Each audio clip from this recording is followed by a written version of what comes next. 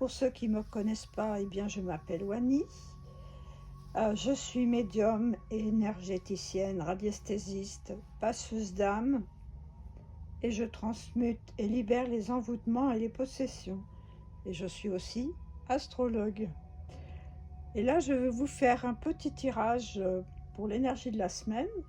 Ce tirage ne peut pas parler à tout le monde, mais prenez ce qui fait vibrer votre cœur. Et comme de toute façon, ce tirage est intemporel, si vous tombez dessus à un autre moment, eh bien, vous pourrez aussi le regarder. Alors, première carte, eh bien, ce qui vous représente. Et qu'est-ce qui vous représente? Eh bien, cette semaine, c'est trouver son équilibre dans ses actions. Bien réfléchir à vouloir ce qu'on fait. Qu'est-ce que la pleine lune va nous apporter? Avec cette carte 15, on voit très très bien que nous sommes en plein dans la pleine lune et que du coup cette pleine lune, elle nous invite à l'action. À l'action, mais avec une action très équilibrée, où on peut trouver en soi une harmonie. C'est ça qui est très important. C'est que même si on peut la tête dans les nuages, comme représente cette magnifique photo, c'est qu'en fait, eh ben, on tient quand même son centre. On tient quand même ce que l'on est et qu'est-ce qu'on fait.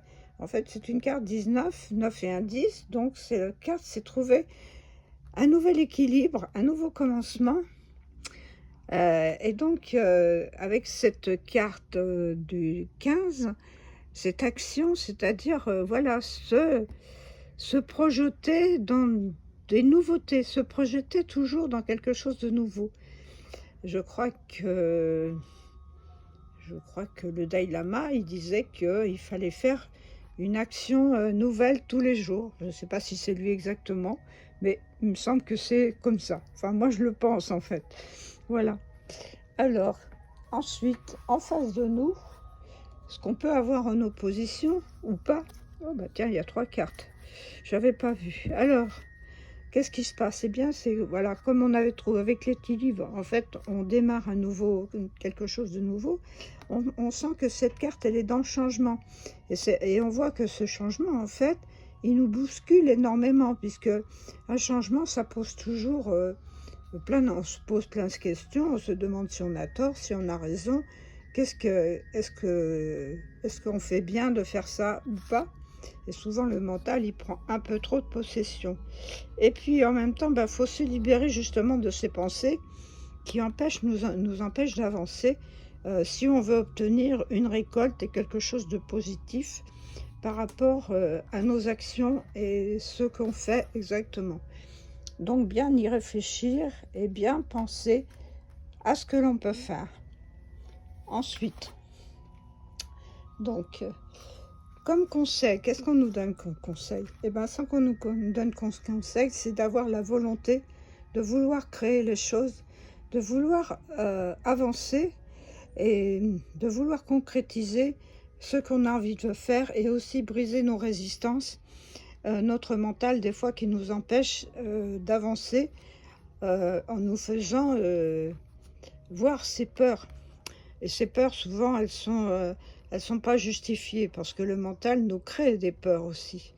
Et donc, eh bien, il faut accepter ces peurs, les aimer, les transcender et pas trop écouter les peurs quand même, pouvoir avancer sereinement. C'est ça qui est bien. Bien sereinement avancer tranquillement et briser les obstacles. Ensuite, eh bien, qu'est-ce que c'est? Qu'est-ce que ça va nous faire évoluer? Eh bien, si on fait tout ça, eh bien voilà, nous avons une carte de croissance. Une carte de croissance qu'on voit avec cette énergie de la terre, que vous voyez que avec vos racines, bien ancrées dans la terre, la tête dans le ciel, et aligner tous ces chakras, aligner, prendre position, et ensuite, eh bien, demander aussi la protection, mais nous sommes aussi cette même protection. Et on sent que nos guides, qui pourraient être représentés par cet oiseau, c'est magnifique. C'est magnifique. Et donc, cette protection, elle nous donne aussi confiance en nous. Et elle nous fait transcender ses peurs. Ensuite, en synthèse, eh bien, qu'est-ce qui se passe en synthèse? Eh bien, voilà. En synthèse, eh bien, ça veut dire que on va trouver cet équilibre avec l'amour de soi.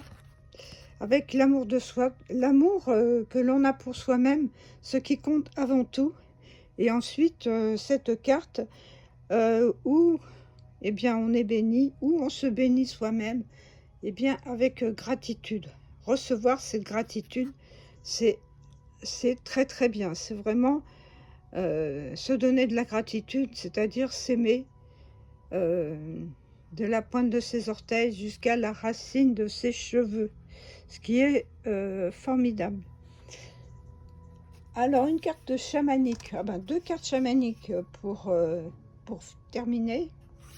Vous voyez cette femme qui est concentrée, elle est là en méditation, elle regarde à l'intérieur d'elle, elle essaie de trouver son équilibre pour avancer et transmuter toutes les énergies qui la gênent. Et voilà, il faut donner le temps. Le temps, la vie peut être une succession de plaisirs. Lorsque la vision de votre chemin se brouille dans le temple de votre conscience, voilà, on peut prendre celle-ci, transportez votre esprit au cœur d'une mer calme. Regardez le sentier se dessine à travers l'eau, le clair de lune argenté pour vous raccompagner chez vous en toute sécurité. Excusez-moi, mais j'ai oublié mes lunettes. Laissez cette lumière radieuse vous emplir de couleurs éclatantes en vous entourant de la protection de vos ancêtres.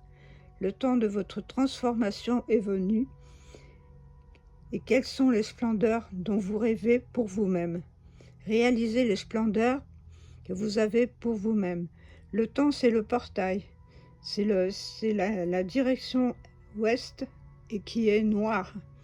Mais qui est noire, c'est parce que l'ouest, c'est la tombée du jour. C'est là que on est au crépuscule et qu'on va passer dans la nuit. Donc là, on a rendez-vous avec nos ancêtres. Voilà. Merci d'avoir regardé ma vidéo. Si ce tirage vous a plu et que vous voulez en savoir plus, je vous invite à prendre contact avec moi. Vous aurez mon adresse dans la barre d'infos. Laissez-moi un petit pouce bleu et activez la petite cloche pour vous abonner, si ça vous a plu toujours. Merci à ceux qui sont déjà abonnés. Et à bientôt et prenez soin de vous. Namasté.